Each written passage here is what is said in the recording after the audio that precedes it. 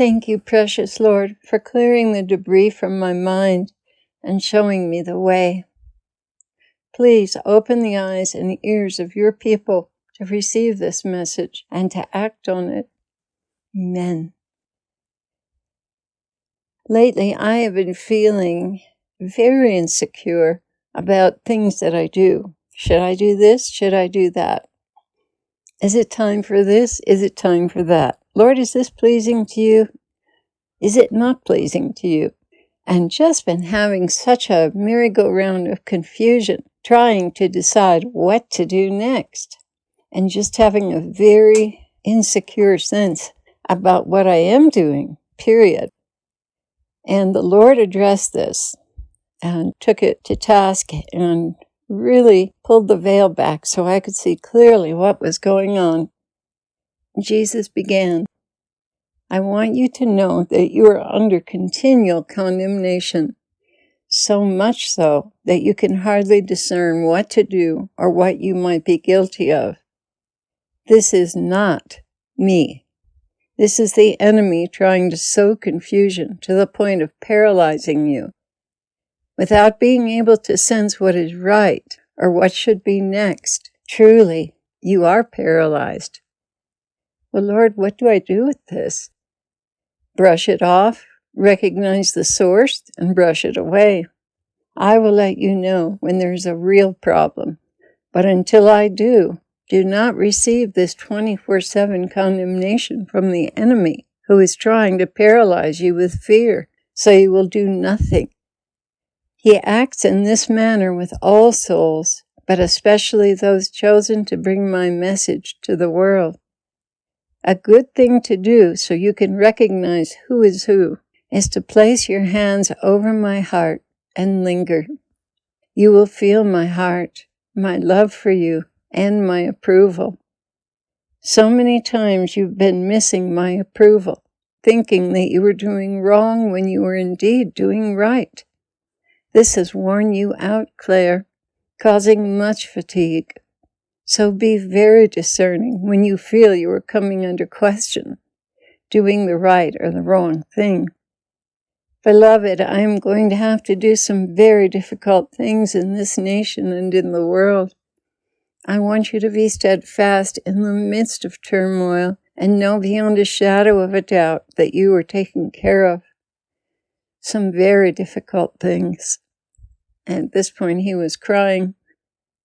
Know that you are secure in my arms. This community will thrive. Only be very careful who you admit that they are not a drag on the rest. Yoking is very, very important. Better to be a solitary than to have those who are not in line or mature enough to deal with things the way they should be dealt with. Satan uses such people to destroy the good in a community. Beware of the critical spirit. There is nothing more deadly to brotherly love than this attitude under any pretext. I have not called you to be perfect or a state-of-the-art community. No, I have called you to be a family in love with and serving me with all your bumps, bruises, and imperfections. Those who are seeking the perfect community are destined to wander in the wilderness of their own minds. They do not have my mind, but the enemy's. They will find fault with the most perfect situation. They will blow it out of proportion and pass sentence on the innocent. Have nothing to do with such as these. They are Satan's tools of destruction, parading under the banner of holiness. Lord, what do you want me to focus on? Training your replacements.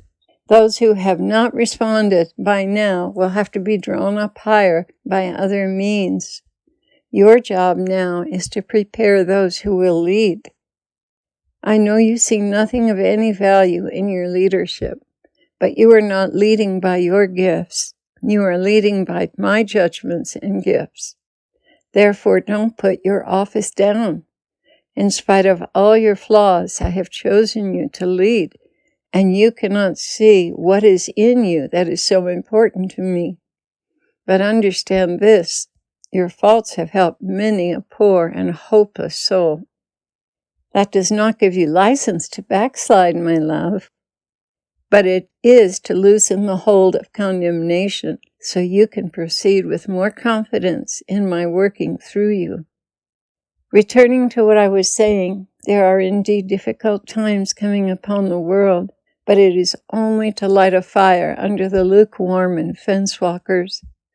I move slowly in order to catch all up into focus that this is the end times, and at any moment the world could suffer a nosedive. They are not prepared, and this is not your fault. Simply stated, other things were more important to them than their salvation and sanctification. So we are moving forward into those realms that will bring about a more focused Christian, a more prepared interiorly. This is my message today. Do not allow the continuous arrows of condemnation trying to undermine your leadership and walk with me to affect you. We are walking as one, and they are liars committed to undermining the work of my Holy Spirit in your life. My other message is that change is coming, threatening things that will wake my people up. They are coming, and you, along with the community, will be taken care of. Be more discerning with who you allow in. Many will be sent to bring destruction under the guise of holiness. You are learning from recent experiences just how toxic that can be.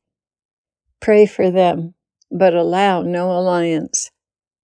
You will know the ones that can be trusted.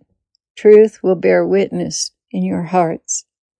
Go now, my precious vessels, unto honor, and walk with me fearlessly.